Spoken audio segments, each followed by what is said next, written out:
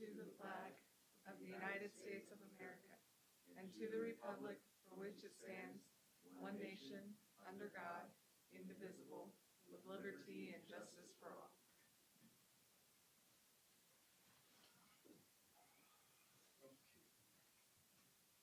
Okay, I'd like to report no actions were taken in closed session. And let the record show that all board members are present and accounted for. And at this point, I'll entertain a motion to adopt the agenda. So moved. Second. It's been moved and second. All those in favor, please say aye. Aye. Opposed? Abstentions? Motion carries unanimously. All right, now we will move on to communications. Members of the public may address the board of trustees regarding any special board meeting agenda during board considerations of the item. Please note that if you wish to address the board of trustees on the agenda item, you should do so when the specific item is called for by the board president. All you need to do is make sure to submit or fill out a request to be heard and give it to the board clerk. Your name will be, give it to Ramon. Your name will be called during that public agenda item or during the specified time on the agenda. Comments are limited to 2 minutes. If you'd like to submit a comment online via Gamut meetings, all you have to do is enter your name and email address, and the board assistant will provide your comment to the board. Also, if you're watching on YouTube, please type your comment in the live chat, and the superintendent will share your comment with the board as appropriate. And with that, this also now is a time where if you want to address the board on something that is not on the agenda, please feel free to do so at this time. And give it a few minutes for the folks who are online.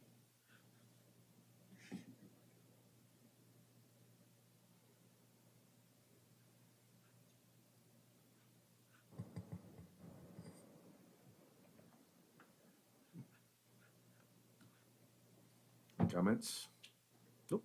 All right. We will move right along then to reports. We'll start with the Robla Education Foundation. And the foundation is moving right along. The district received a check this past month that was funneled through the foundation that was in support of the winter program that's done by Sac Republic. We've also received a check from an anonymous donor through Schwab. Amount of $3,000. We're kind of happy about that. So that means more field trips, assemblies, whatever the people ask for, for matching grants. And also, as you may have noticed in your emails, I sent out the email today soliciting fireworks booth help this year, and that includes board members and their offspring that's available to her. Because Ken knows who I'm talking about. His son was a big plus for me last year in working the booth, and I look forward to having him back in the booth again this year. It helps to have people that come in that actually work the booth before. That means less supervision on my part and less stress. Feel free to go online and put in your shift requests. We've had 3 people so far today fill out requests, so anything we get would be appreciated. Did you say you received a donation from Schwab? It came through Schwab, and the letter that was accompanied it said it was from an anonymous donor, did not want to be contacted by the recipient. So, yeah, I had to ask around here because it's been a while since we had anything through that program that Schwab has. The last time was about 2-3 years ago. So he was out of sight, out of mind as far as where the money was coming from. The letter explained it.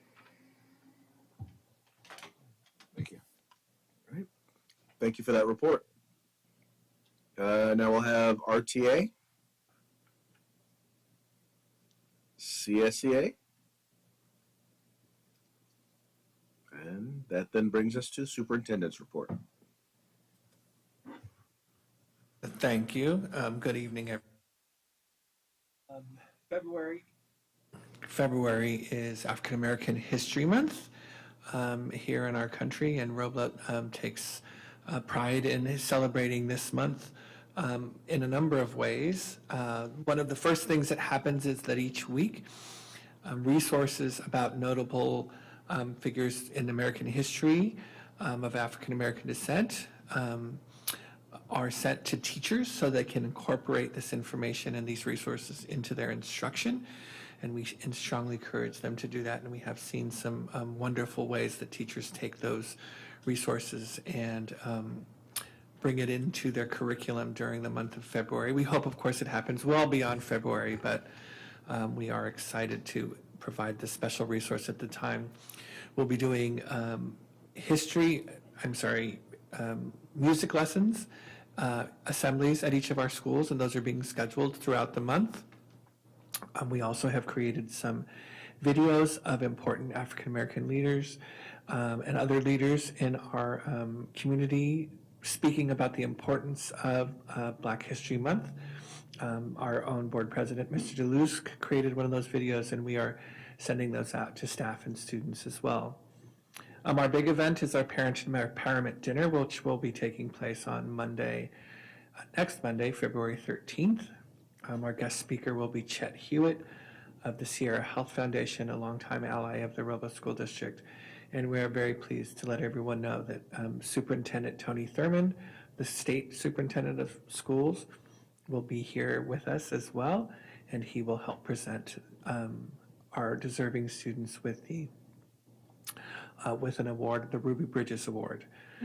So we're very excited to have that happen. We'll have student art on display. We have also been conducting an essay contest, and those winners will be honored at an assembly at Main Avenue later in the month. February is also the beginning of registration for the upcoming school year, and we are working to kick that off. This year especially, we're doing a more aggressive, assertive campaign to make sure we're getting in contact with parents of our youngest children. So we have a strong focus on our preschool program, our TK program, and our kindergarten program. And we've been working with our leaders, Ms. Marcoux at preschool, Shannon Cannon, our PLST, to refine that communication for families. And we will be working to get word out to everyone, postcards and flyers, social media pushes. We're going to try some incentives for families, some swag bags if you get your registration in, those kinds of things. Mr. Fajardo is working on that. This is also the time we recruit families for our DLI program, and we have some new videos. We'll share those links with everyone. They have just gone up into YouTube, and there's a video that focuses on the preschool DLI program, the TK DLI program, as well as the K through 6 program at Glenwood. And then it is also the time for us to be recruiting for New Hope. And Mr. Pagani has already been in contact with principals to start recruiting our 6th grade students to come to New Hope in the upcoming school year. Recently, Mr. Penman shared with the board some information about the state dashboard, and one of the areas that is of note for Robla School District, both at the district level and at the site level, is chronic absenteeism, something that we need to work on. Our data is showing that that's an area that we really need to make some improvement. Because of the way the system works, the Robla School District has been identified as a school district who needs differentiated assistance. And what this means is that the County Office of Education is required to step in and find ways to support us as we problem solve how to improve our data in regards to chronic absenteeism. We are ready to meet next week with the SCOE team, and we've put our team together.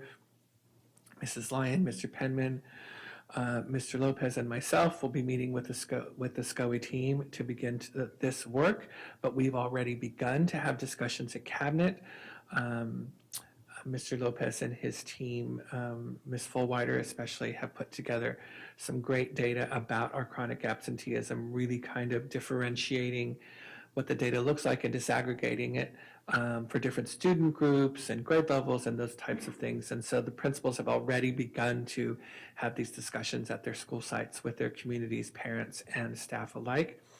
And they're already problem solving and coming up with some strategies for improving attendance. And so there'll be lots more to come. There will be a report to the board when we're ready to report kind of what strategies we have put in place. And so just be aware that that will be moving forward.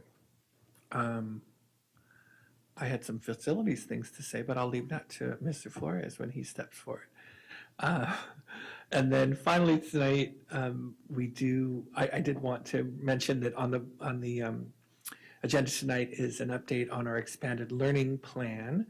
And I just wanted to make sure the board knows that we continue with the plan, which is to expand our after-school program. It's been a much longer process than we had anticipated in our contract with the city, but the city is kind of up and rolling at this point. You approved the contract. The city council needed to approve the contract. And now we're in the process of hiring people. So we will go from about 80 students at each school to about 200 students at each school. But of course, the program will grow as soon as we're able to find the staff that will be able to handle those numbers of students. We will be supporting the city and helping with the communication. A team met recently to discuss what Robla can do to help get words out to our families that we need young people to work with our children after school. And the other part of expanded learning is activities that will happen this summer. And that will, of course, be a continuation of the Freedom School program that we've had in Robla for many years. And then this will be something new. We will have a Start Summer program. We had a discussion at Cabinet this week as to whether or not we have a need to have a program beyond that. Initially, we're thinking that we do not, that between Start and Freedom School, they can cover the needs and the schools can support those programs. But we'll continue that discussion as we develop that plan over the next few months. And then finally, I would just like to point out that we do have new artwork in the boardroom and in the lobby. Please take a moment to look at the wonderful work that our students produce throughout the district. And it's really cute because the art teachers are actually fighting for getting who gets the most frames and those kinds of things, which is pretty fabulous because they have a lot of wonderful work to display. But we are in discussions about talking. Once upon a time before the pandemic, the board might remember that we did a reception for the artists whose work was on display, and we are discussing whether or not we can pull something like that off again because we do want to recognize these students. But in the meantime, please enjoy. This will be up for, we'll probably change one more time before the year ends. So we're grateful to our students and grateful to our art teachers. And I would say, I think the quality of this artwork is really a testimony to the strength of our art program and to our teachers. So we're really grateful for that. That's my report. Thank you, Trustee Reyes. Superintendent Reyes. All right, we're going to move on to trustee reports. We'll start with Trustee Devine. Nothing to report at this time? Trustee Cardona. Nothing to report. Trustee Hamilton Stark. Nothing to report at this time. Trustee Barnes.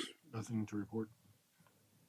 The only thing I had to report is that a few of us had a chance to attend the Sacramento County School Boards Association dinner, which is we do once or twice a year, and had a really, really good conversation about community engagement, and really came up with some really good ideas and conversations with the board members and the superintendent that were there. I always find that to be a very informative event, and I very much enjoy it. So anyway, that's really all I had to report on. Next, we're going to move on to recognition. And we have a resolution here in commemoration of African American History Month. The Robla School District is proud to recognize and celebrate the history and culture of African Americans and their immense contributions to our school district, our community, our state, and our nation. And with that, we have a resolution that we will read and then adopt. So I'll start off. It says, whereas Black and African American history is rich, inspiring, and integral to the story of the United States of America, where characters contributed to the development of the nation in ways recorded and in ways unrecorded, and where a centuries long struggle for equal opportunity found its crescendo in the thunderous triumph that was the Civil Rights Act of 1964, which was not only a positive and necessary reconciliation in the legislative strata, but also for the people of a historic symbol of rebirth, a powerful, true expression of ideals in this nation that believes in freedom and liberty for all people. And Whereas the Robla School District recognizes that each student needs an opportunity to understand the common humanity underlying all people, to develop pride in his or her own identity and heritage, and to understand, respect, and accept the identity and heritage of others.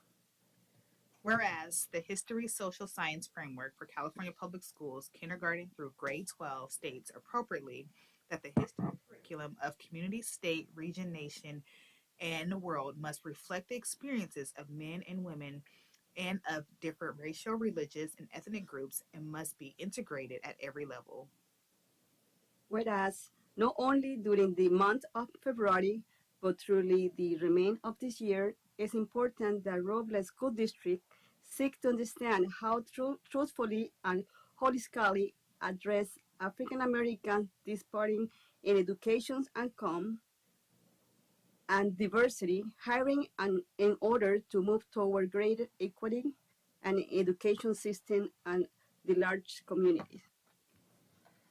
Therefore, be it resolved that the Robla School District hereby issues this resolution in honor and recognition of February 2023 as African American History Month, and it encourages all educators to commemorate this occasion with appropriate instructional activities.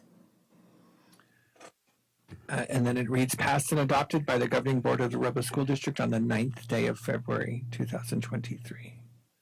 I'll entertain a motion to adopt. So, second? Been moved and seconded. All those in favor, please say aye. Aye. Opposed? Abstentions? Motion carries unanimously.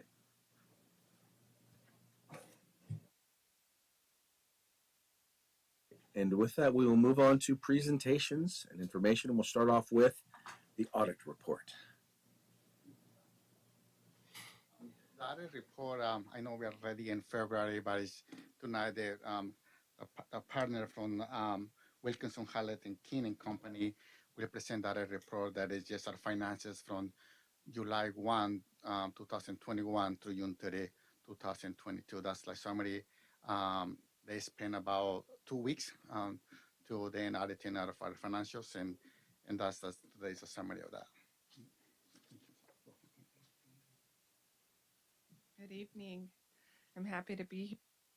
Notice you guys are all excited for the facilities report, but I didn't hear chatter about how exciting the audit could be. Touche. Duly noted. We're fun too, you know. No, I'm just kidding. I am, in the interest of time, and so you can get your facilities report, going to take you all the way into the audit report to the results, which is on page 103. There's a lot of valuable information, but we'll sum it all up and then I can answer any questions that you might have. We did issue an unmodified opinion on the financial statements and on federal compliance and state compliance. What that means is that we believe that the financial statements are a fair representation of the district's financial position, that the district has substantially complied with the requirements as audited for federal and state programs. We did have 2 audit findings, which begin on page 105. One was related to controls over cash balances and that included reconciliation errors that weren't recorded in the financial system, as well as not recording fair market value adjustments at year end for cash and county treasury. And then our second finding was related to a duplicated pupil count. The reports as submitted were missing a significant number of students, and that finding resulted in an increase of funding of approximately $700,000. So audits can be exciting. Oh, yeah. We look, for what we can for you. So I'm here today to answer any questions that the boards might have, board members might have about the audit. I'm always happy to hear about an error that increases $700,000 or so. Can you tell me more about the first deficiency? I'm sorry, I got kind of distracted. Yeah, so what was happening on the bank accounts is that they were being tracked separately from the financial accounting system you have through SCOE, and the transactions weren't getting recorded every month in your big financial system. So last year you implemented GASB Statement 84, which brought the associated student body funds into the regular financial statements, and then this would have been the second year. So the information was available, it just didn't get updated when the books were closed. And then as far as the fair market value adjustment, the GASB requires you to report all investments at fair market value. So every year there's an adjustment when you're closing your books just to bring that balance to match. It's the unrealized gains or losses sitting in the county treasury. So it's an adjustment. And that calculation was material to some of your funds. So we posted audit adjustments, and those are reflected in the financial statements. Any other questions, comments? Just a comment that next time if you find $700,000, I guarantee we'll be very excited. Very about excited. Okay, thank you so very much. And now the moment you've all been waiting for.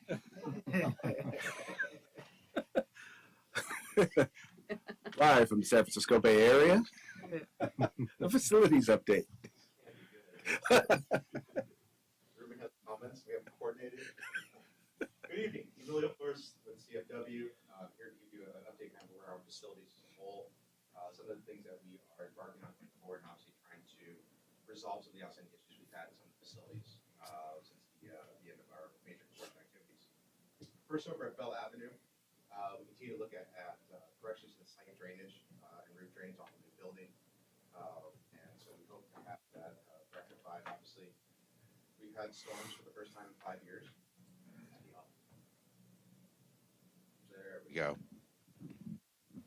One of these days we'll get a new microphone. Right there. Okay. So with that, we continue to look at that as a way of correction. Right now, what's being proposed is to add an additional drain from the causeway back into a drain system that we put in previously in the year, as well as resloping some of the sidewalks away from the building so that we are able to mitigate that going forward. And so we're trying to get that work scheduled so that we can deal with that. That continues to be the major issue over at Bell Avenue. Good news is we were awarded a $4 million grant over at Bell Avenue to build some additional TK and preschool classrooms. So we're currently in the process right now of starting the procurement for that in terms of, once again, architects, contractors, modular builders, and the like, working with the superintendent and staff to finalize that design and to move forward with what that looks like. In addition to that, we actually got an additional $1 million in reimbursements for the two of the three classrooms we already built. So in total, about $5 million will be coming back to the district. $4 million to construct these new classrooms, and $1 million for us to basically invest elsewhere in the district going forward from those other projects we had. Of note, however, is that even though it's a reimbursement, it's still tied to the other $4 million because the state is lazy. And they don't want to do two projects in terms of breaking up. So in terms of receiving those funds, and this is important for the CBO, is that what happens is that they gave us an initial grant amount approximately, I believe, $1.4 million upfront. Upon DSA and CD approval, so approval by the Division of State Architect and the California Department of Education, they will give us the rest of the money, and the reimbursement's also there as well. So it's not like they gave us the $1.4 million and then our reimbursement, so we have 2.4 today. We have the money to do the planning and design work going forward for the 4 classrooms. And once we achieve project approval for that, they'll give us the money we need to construct those classrooms, as well as the money they owe us from the classrooms we already built. So that money should show up sometime in the beginning of 23-24 fiscal year for the Bell Avenue project. I keep on pointing to your CBO because he's going to ask me when the money shows up, and yeah, just want to make sure we have the understanding. Otherwise, we continue to look at opportunities such as that for Bell Avenue, and I think what we want to make sure is that as the district looks at improving other aspects of these of campuses, what else we can do and start planning for as well going forward. Is there anything else you want to add to Bell Avenue, or? I had it and it went out of my head. Can you maybe just imagine what a timeline might look like and share that with us for yes, sir. Certainly. So we are required by this grant program to get DSA and CD approval within 1 year of the grants being awarded. So this was, I believe, at the end of October, early November. The money hit the bank account maybe in early January. There's some gray areas whether or not the date awarded versus the date money received triggers it. But our goal is to have the design completed by the end of this calendar year in order to get that going forward. In terms of the construction schedule itself, it will mirror many of our other modular construction projects, somewhere in the neighborhood of probably about 18 months to actually construct, do the site work, construct, and actually have over occupancy. It's dead. So the try to speak loud. And so we anticipate having those classrooms available. Probably not for the. It's probably somewhere in the 23, 24, 24. It's probably just in time for the 25, 26 school year. It's a safe bet. We may have it available sooner than that. But overall, that's kind of the overall timeline for those classrooms. It's intended that funding constructs 4 classrooms designated initially for TK for preschool. As has been the district past practice, once we take occupancy of those buildings, we'll be able to determine what programs we're able to occupy those classrooms with. So we'll be able to have that going forward in terms of the overall timeline over at Bell Avenue. So slow progress, but progress. And obviously, we're trying to time this with the mandate of full implementation of TK by that 25-26 school year as well. As the board may recall, when we started this program, TK was a much different program. It was something that we had anticipated being only a fraction of 4-year-olds who would be attending. We had not anticipated the state mandating school districts offer TK to all 4-year-olds. So obviously the implementation at our schools that we've rebuilt, so whether it be at Bell or at Robla, or even the facilities we built at Main Avenue, we did not anticipate having to have a large number of TK students eventually matriculate into the classrooms that we had for kindergarten and so forth. So depending on what the demand for TK is in the future, we may have to go back and look at providing additional facilities to accommodate TK if for some reason we see a spike in that particular population. Because one of the things that's worth noting is that in the case of preschool, TK, and kindergarten, there are different requirements than general purpose classrooms. And although you are allowed to put children in general purpose classrooms for those programs, the educational program itself is much more benefited by a purpose-built space. So just a consideration going forward as well. Quick question. Yes, sir. This might be for our superintendent as well. How does this affect Glenwood or older sites that have not been really kind of scheduled for updates? For TK updates well, we are you going to talk a little about the application for Main Avenue? I will talk about Main Avenue, but directly talking about Glenwood. So as you recall, we did build that new TKK wing, and so that particular site we did start planning for TK. And so depending once again on enrollment demand, all those classrooms are built to serve either TK or K. And so let's say, for instance, we have one TK and three Ks, or we have two and two, or whatever the combination is. That building is equipped in such a way that either program can go into it. Now, if we have demand beyond that, the placement of those buildings was very strategic. That we can actually close off that courtyard, so you have the fire lane and so forth next to the playground. So we can actually create a quad of additional buildings if need be at Glenwood to expand to accommodate additional enrollment over there as well. So at each of our sites, we've gone back and started looking at where we would add additional classrooms if we had to. And so, like I said, over at Bell, it's a little more of a special case because of the preschool program and how we want to make sure we accommodate that. At Glenwood, we know where we put the buildings. We have an idea of where we would put the buildings over here at Robla. You would probably just tack them on to the end of our current classroom wing. Taylor, we've always had a thought of adding some additional classrooms over where I believe it's building G. It's the G buildings just south of the NPR. Those are some old classrooms that were slated to demolish. We'd probably replace those with kindergarten classrooms if we had demand for that going forward. And then at Main Avenue, which we'll talk about as well, is that we're applying for another round of funding over there as well to basically replace the portable classrooms we have out there with permanent modular construction for TK and kinder, as well as some preschool classrooms over there as well. So it's things we started looking at. We went through a process, I think, last summer, early spring, to anticipate what were the additional needs beyond our current list of things that we didn't think about back when we did measure K and measure H that could possibly be needed in the future. So we started looking at those scenarios. Right now, my understanding is that there is still not a full demand for TK, that we still have. So for instance, the way that matriculation works, right, is that all of our schools are done by educational specification where the kindergarten kids will matriculate to the first grade, to the second grade, and so forth. And we've built all of our schools to. So if I had two kindergartens, they matriculate into two first grades, which matriculate into two second grades, and so forth. And then there's a change at the upper grades because we get slightly bigger class sizes. But theoretically, if you're to matriculate backwards, right, if I have two Ks, I need two TKs. We haven't necessarily seen that demand yet materialize. Part of that is the fact that the preschool program is robust and that it still is available to the 4-year-olds. Part of that is, I think, just the population demand as a whole. So right now, TK, just like kindergarten, is not mandated by the state for attendance.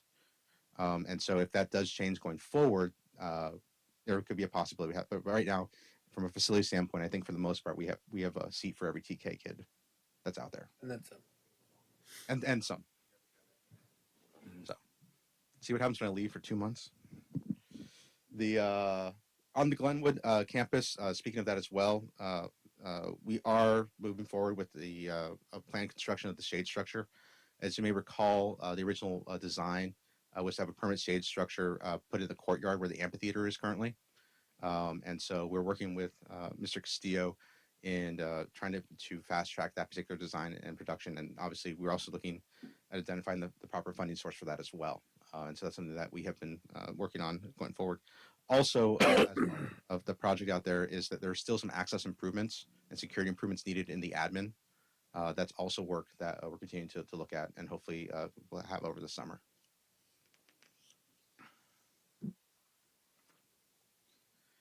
Here at Robla, the district continues to work on addressing the communication systems between our old existing buildings and the new campus. And so that's ongoing.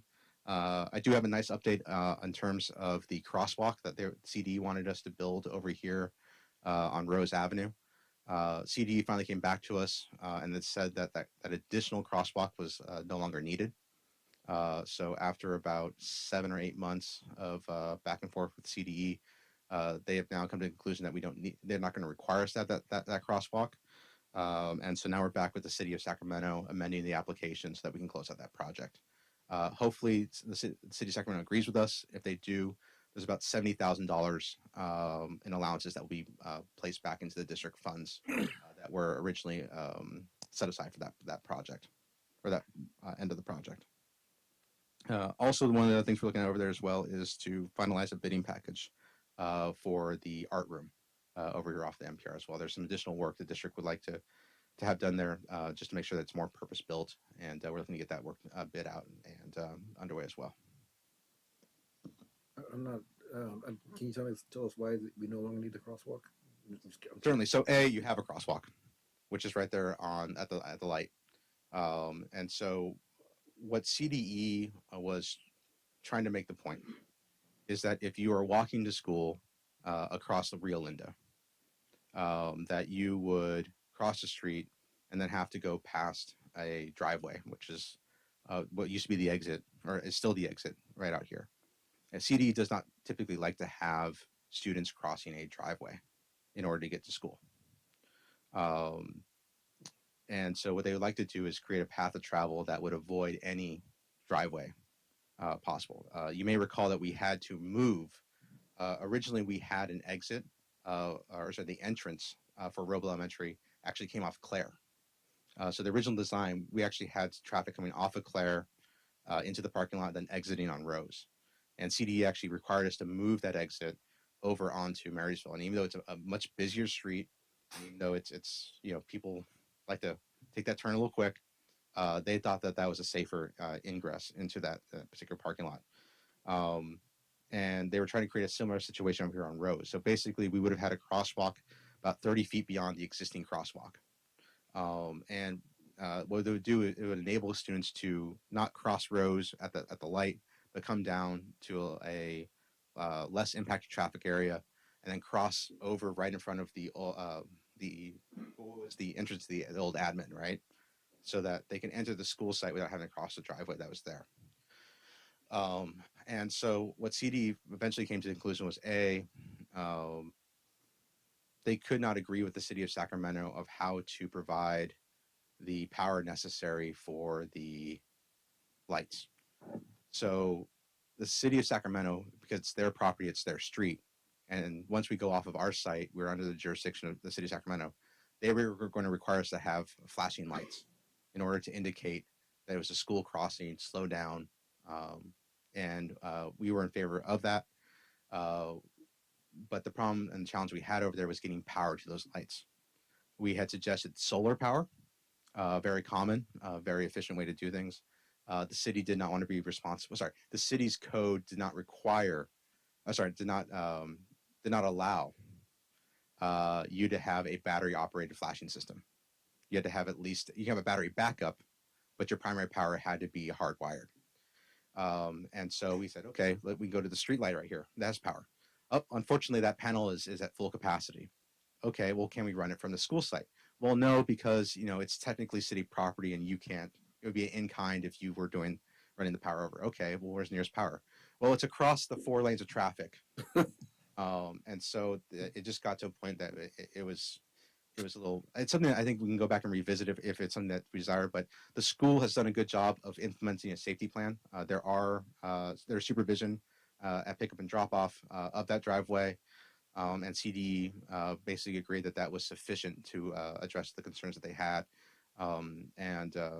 As you may recall, and I'm saying that a lot, but CD also at one point was trying to argue that we had kids walking up Marysville Boulevard, to come to school in droves. So part of it is them understanding what is actually the flow of students walking to the campus and how they're getting to the school site. And part of it is just the practicalities of this nexus between us, the city, and the state, trying to figure out that solution. But the crosswalk that is currently out there at the light will remain there.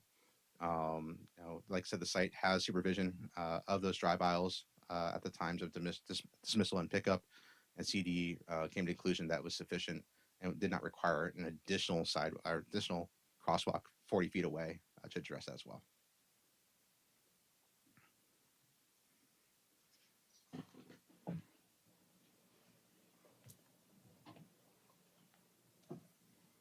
As mentioned previously by the superintendent, the funding that has been provided at Bell Avenue, there is an additional funding round in which we will be submitting an application over at Main Avenue.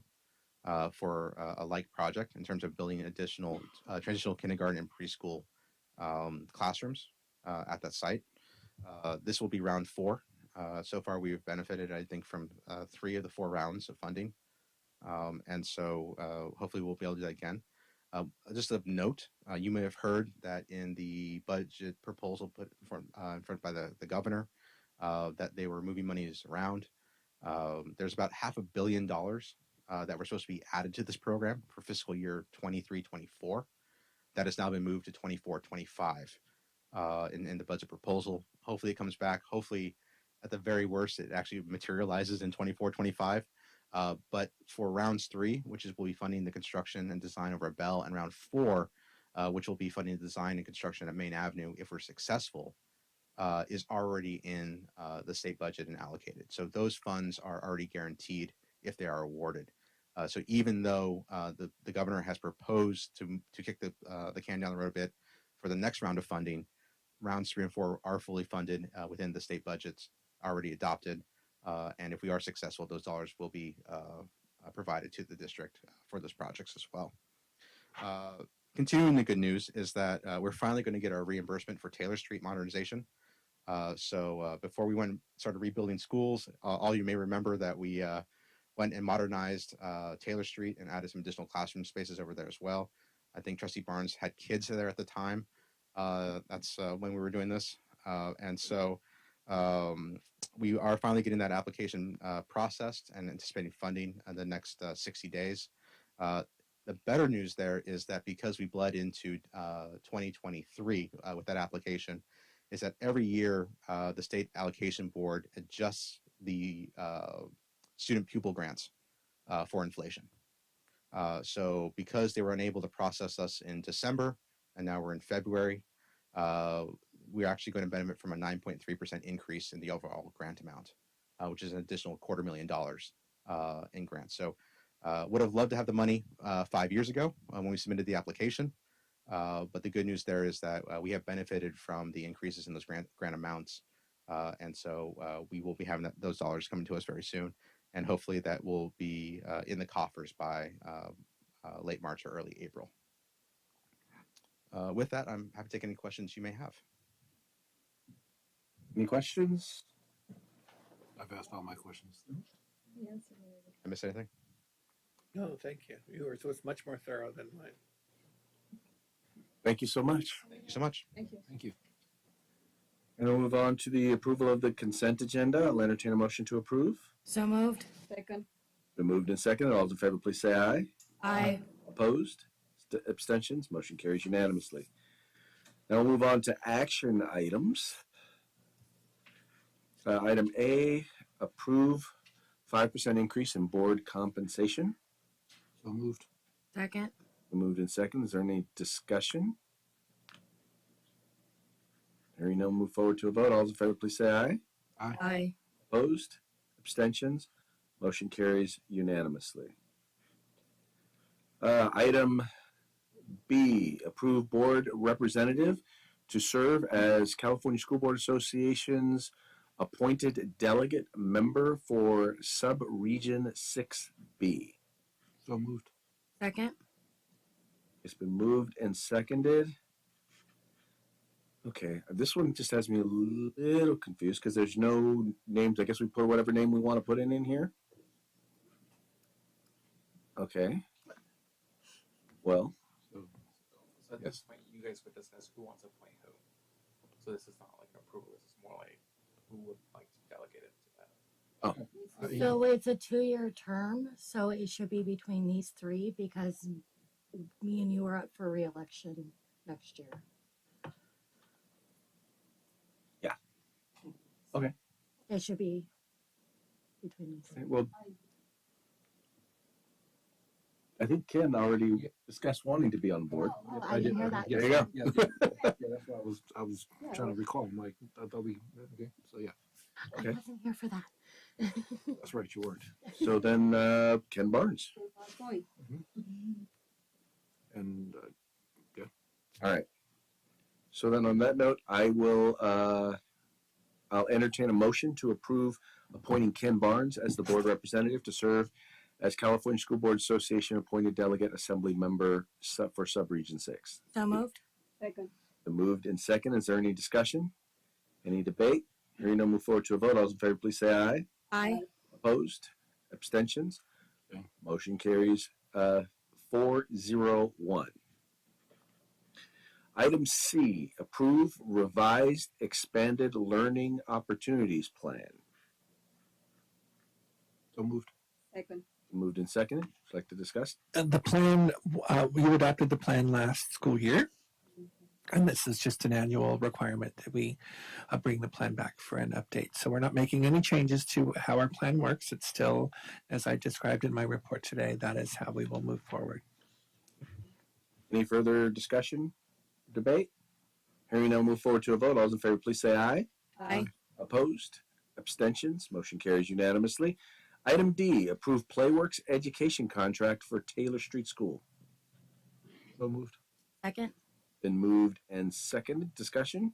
Are there any questions? No questions, comments? Move forward to a vote. All those in favor, please say aye. Aye. Opposed? Abstentions? Motion carries unanimously. Item E, approve Navigate 360 Alice training. So moved. Second. Been moved and seconded. This is a revision to a contract that we had already, right? And this is the active shooter training, and we began that earlier in the school year. Did the online piece with all of our staff, and now on March 6th, if the board approves this, we will move forward for the in-person training. Half of our employees will do it in the morning, and half of our employees will do it in the afternoon. Is the plan. Sorry. Do you have a comment? So now, as I understand it, once again, this doesn't include like trauma, CPR, or anything like that. No, this is the Alice approach to training, which is just simply how do they respond, the teachers and students in the school setting. And the students will be informed prior to it. Yeah, so once the staff has been trained, then they can begin to prepare students. Okay. This program does come highly recommended, and I think the world of it. The only challenge that I have is that it doesn't include trauma first aid, and so if I'm okay with approving this item, but I'm thinking we need to do some research, and I actually did some research. I know that the Red Cross actually offers a program called FAST, which is first aid and severe trauma.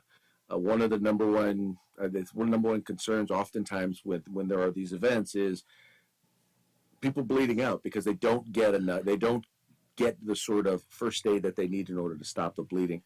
I'd just like to see that in some sort of training made available to our staff. We think of this as a process. By no means do we think that this Alice training is going to make us 100% prepared for what could happen. We still have other work to do. Our reunification process is something that still needs some attention. Our coordination with local authorities is something that we continue to work on as well.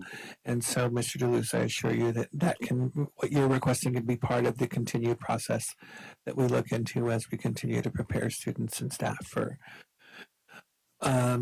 this type of event. Appreciate that. Okay, with that, any more discussion or debate? Hearing none, we'll move forward to a vote. All those in favor, please say aye. Aye. Opposed? Abstentions? Motion carries unanimously. Item F, approve MOU between Sweat 3 and Robla School District. So moved. Second. Been moved and seconded. Discussion. No, I'm smiling simply because the title of the company does not seem to be connected to the activity. It is ballet folklorico dancing, but happy to answer any. I was wondering, I was curious about the nexus. Does yours say something different than mine? Because mine says Ballet Folkloric District. Right, that's it. Yes, That's the name. Yeah. But the name of the organization But the is company. Sweat 3. The company is Sweat 3. We're gonna dance for 90 I minutes. literally could not see that on here. Yeah, but that could be the connection. Yes. Yes.